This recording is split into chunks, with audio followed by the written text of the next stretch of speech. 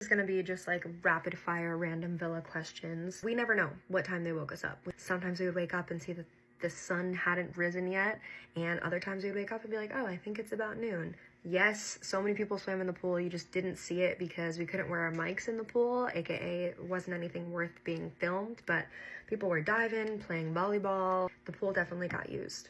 The boys were in charge of cooking us breakfast every single morning, and then we had lunch and dinner catered, and for lunch and dinner they would separate the boys and the girls. So girls would eat on one side of the villa, boys would eat on the other, and you were never allowed to talk about anything that was happening inside the villa, which is like where so much bonding happened because you got to know who people were for their core. And some of my favorite moments were made at lunch and dinner. Also at night, everyone would get the munchies, and the boys would usually chef up like grilled cheeses and bacon, egg, and cheese and pancakes and lots of snacks, lots of cookies, lots of sour strips. So many days I woke up and did not want to put a bikini on, especially after eating all the pancakes and all the cookies the night before. I was like, damn, can we wear workout clothes? But they were very strict, like, no, girls, you have to be in bikinis and you have 30 minutes to get yourself together to do so. I was homesick every single day, honestly. I missed my parents and my family and my friends so much, and it was really hard not being able to talk to them, but I was really trying to stay like present and grateful for the moment and the experience that I was having.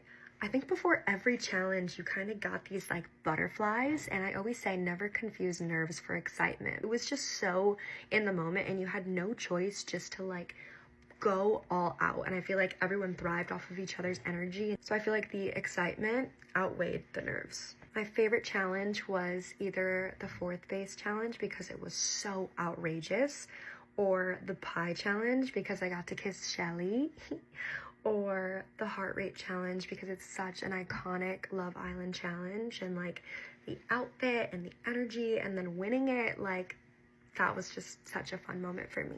There are too many things to name that went on that were not shown. You guys saw such a snippet of such a crazy long experience, so many minutes in a day that couldn't be broadcasted, but I would say like the depth of the relationships and the depth of the conversations that were being had definitely weren't shown. My favorite part of each day was getting ready for the nighttime with the girls, just like doing our makeup and yapping and seeing everyone's cute outfits, and like Shelly and I would do this model walk every single night. It's just like a good omen to make sure that we had a good time, and it was just like so girly, and I'd never had sisters, and it just really felt like a sisterhood moment, and I miss that dressing room. It was cute in there.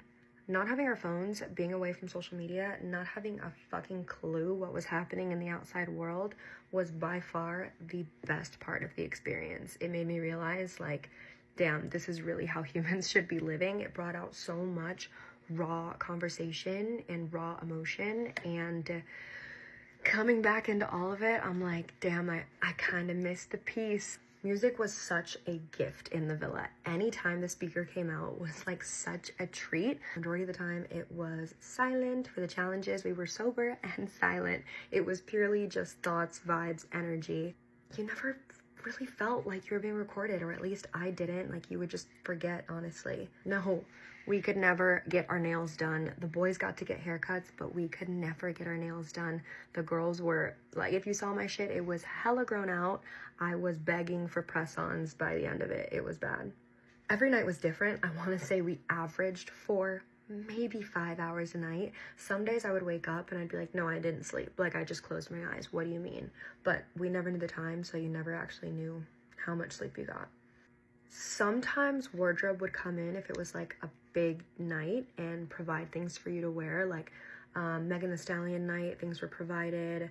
Some of the recouplings we had options to wear, but majority of the time I just chose to select my own wardrobe. I don't even fuck with pancakes like that, but something about those villa pancakes smacked every single time. I was like craving them every morning and every night. Non-filming days, chill days were the best because there was just no pressure to do anything. You could work out for as long as you wanted. You didn't have to wear any makeup. You could wear whatever you wanted. I usually chose to do a workout, swim in the pool, sleep, listen to music. You're not allowed to smoke tree. It's illegal in Fiji, but people would take like vape and cigarette breaks. Nicest Islander was probably Elan. Elan is such a sweetheart. Yes, Maybelline came through. Everything that was on the shelves was free for us to use, and I definitely used and abused all of it. Actually, that may be the worst part of the experience, was having to do your makeup every single day, sometimes twice a day. Like, I was so tired. My makeup brushes were like, girl, put me down, please. My skin was feeling it, but at the end of the day, look good, feel good, so I would do it all again if I could. My favorite couple is Ace and Shelly.